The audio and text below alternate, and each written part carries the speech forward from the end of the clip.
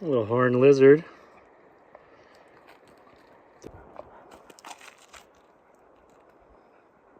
He's so cute.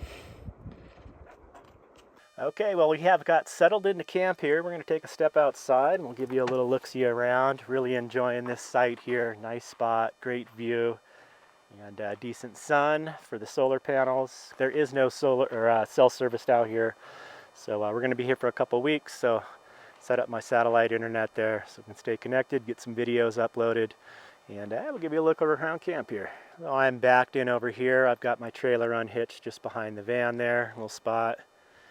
Got Hobbs set up on his cot. He's enjoying being outside.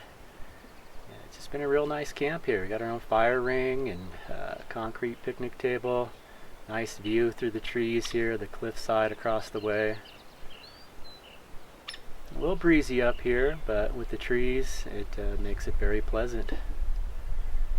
Kelly managed to sneak into the spot up here next to me.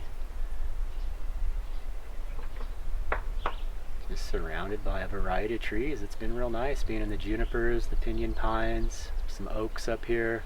We're at about 7,000 feet here in the Cibola National Forest. Lots of birds. It's been really nice hearing all the birds. So I'm just going to be hanging out in camp today. I was digging around in my trailer and found a piece of juniper that I had harvested last year for carving. So I split it, and I'm going to try to make a couple spreaders out of it. So we'll show you guys me working on the first one and see what I can come up with. This is some nice alligator juniper here. It's got some nice coloration to the grain inside, so we'll see what I can come up with it. It's a little breezy today, but it'll be a nice day to sit out in partial shade. And it's going to be my spot here. Hobbs is going to hang out, and we're going to do some carving.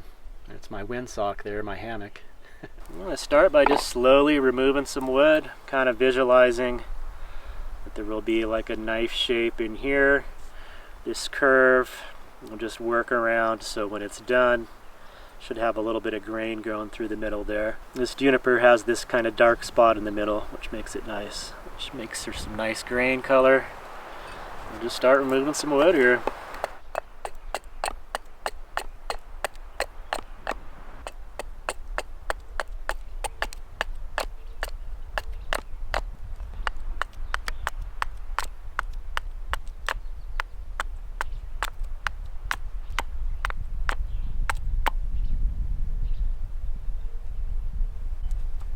I work on just getting it nice and straight as far as the shape. Once I get that down a little bit further, have a nice smooth edge there, I'll probably take a pencil and actually outline the idea I have. Take note of this knot, that's going to cause some issues. Looks like it's mostly on this side, so I'll try to thin out more here and leave this area. Get rid of that knot.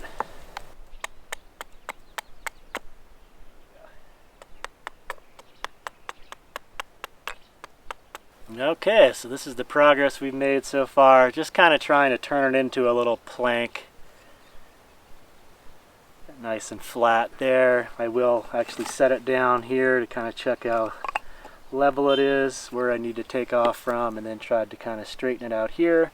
So now that I have a nice flat surface here, I'm going to grab a pencil, try to outline my idea for a knife spreader.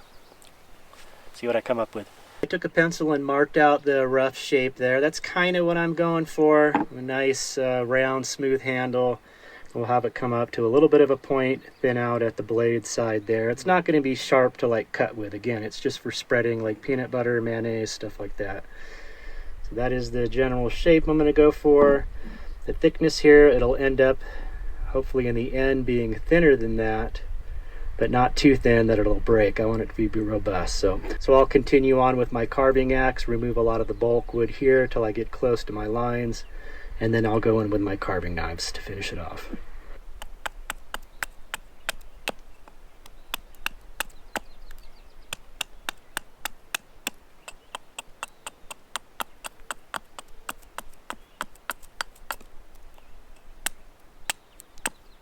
Okay, I think that's about as far as I can go with the carving axe. I don't want to risk chipping away the bulk material. That can happen. Get real far into a carving project and make a mistake and it chips away a big portion of the work, the piece. A grain on the other side there.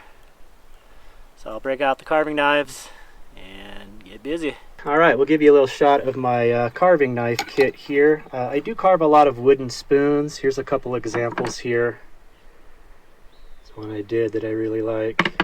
Just another simple one here. So that's what these hook knives are for, these hook carving knives for doing the bowls of the spoons. And I use mostly Mora knife. They're a Swedish knife company, really good for carving. This is the standard Sloyd knife that they make.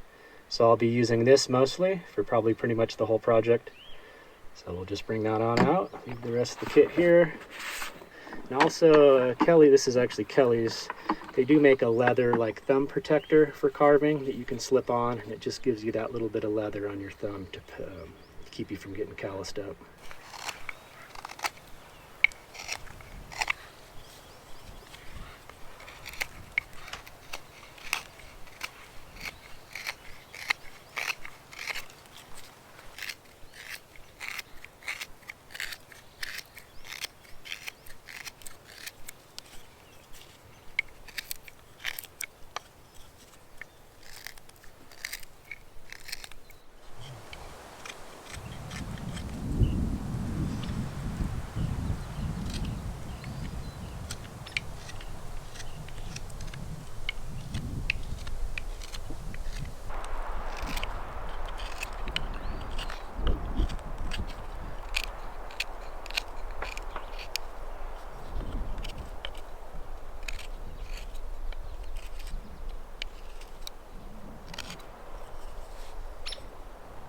Okay, so this is where we're at here.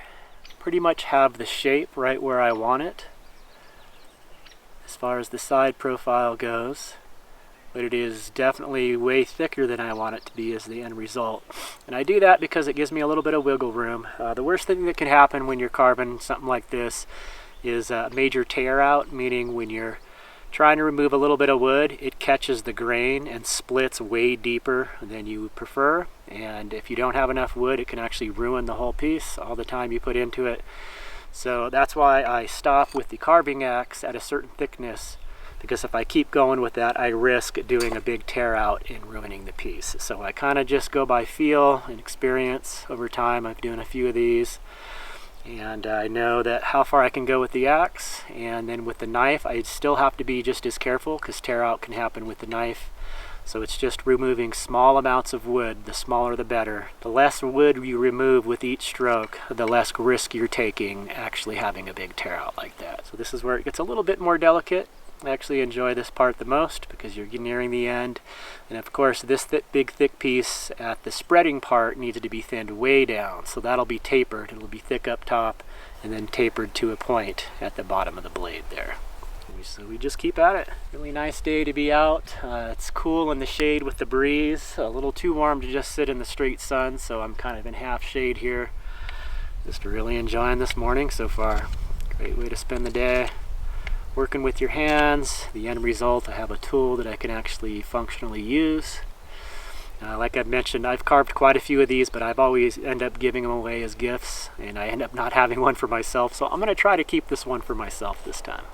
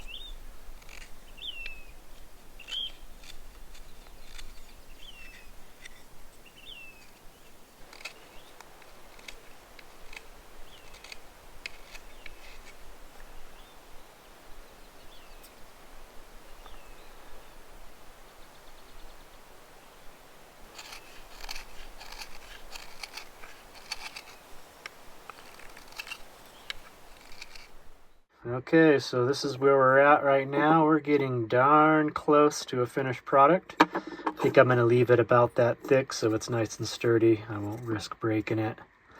And then I brought the blade in there down to not a total point, but pretty close. I think if I use some sandpaper, it'll bring it to a nice fine edge. Doesn't need to be sharp. It's not for cutting, just for spreading. Yeah, I'm happy with that one. Okay, so after the first sanding, I'll wet it down, and that helps raise the grain up a little bit for the secondary sanding, so it'll be nice and smooth. Then I'll let it dry for a day or two and then give it an oil treatment. So I'll show you the finished product when it's all oiled up. Fits real nice in the hand. Should be a nice spreader. Last a lifetime.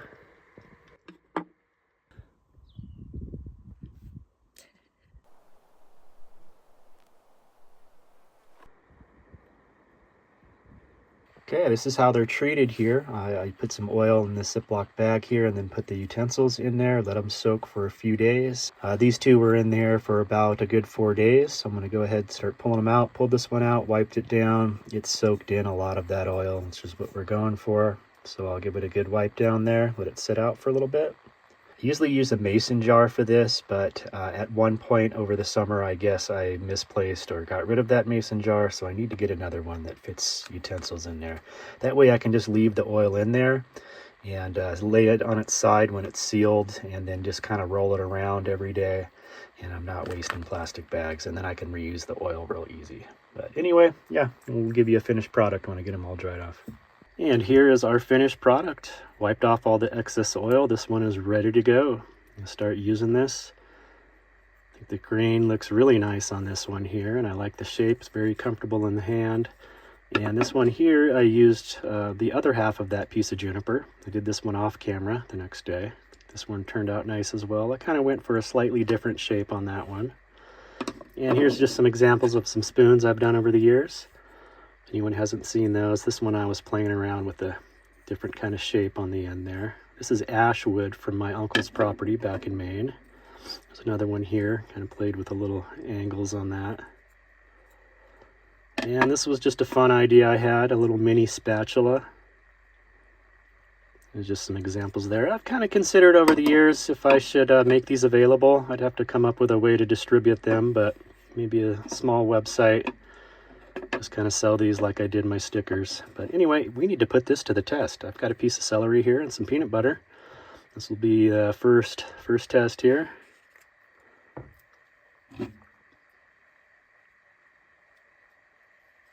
Oh yeah, just like a big butter knife. And there we are. And they clean up real easy. Just give them a good wipe. You can use a little warm water if you need to. A little soap here and there every now and then.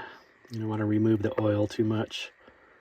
And this will last a lifetime. You can reapply oil kind of like you do a cutting board. Just mineral oil, flaxseed oil, walnut oil, anything like that. We'll call that good.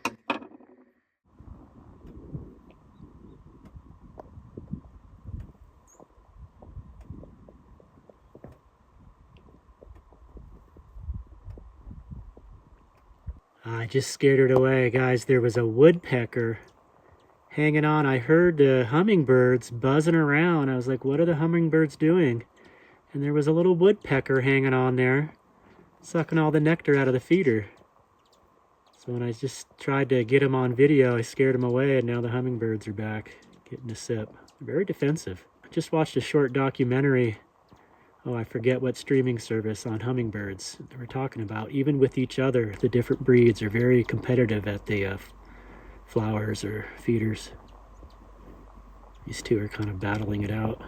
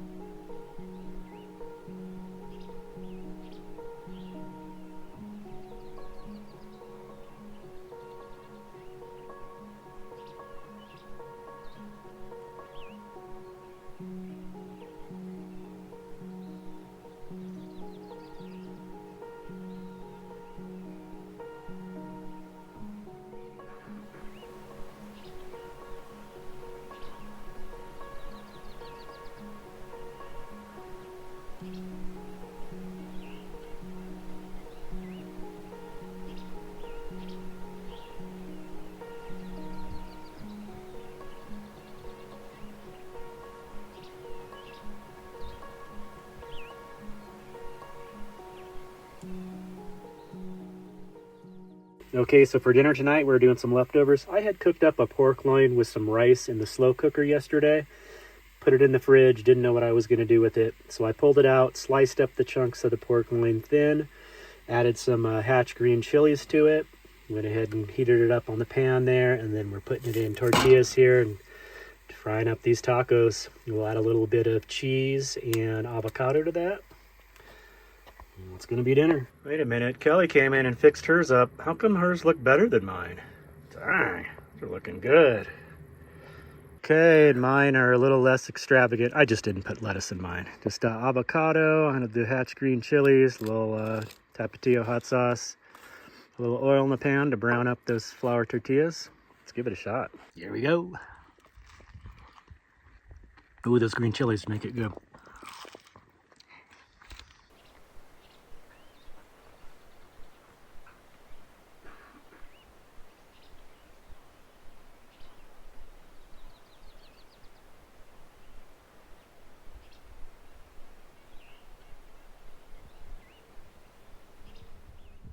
Well, thanks for stopping in. I hope that was a relaxing video for y'all, and we'll see you soon in the next one. Take care.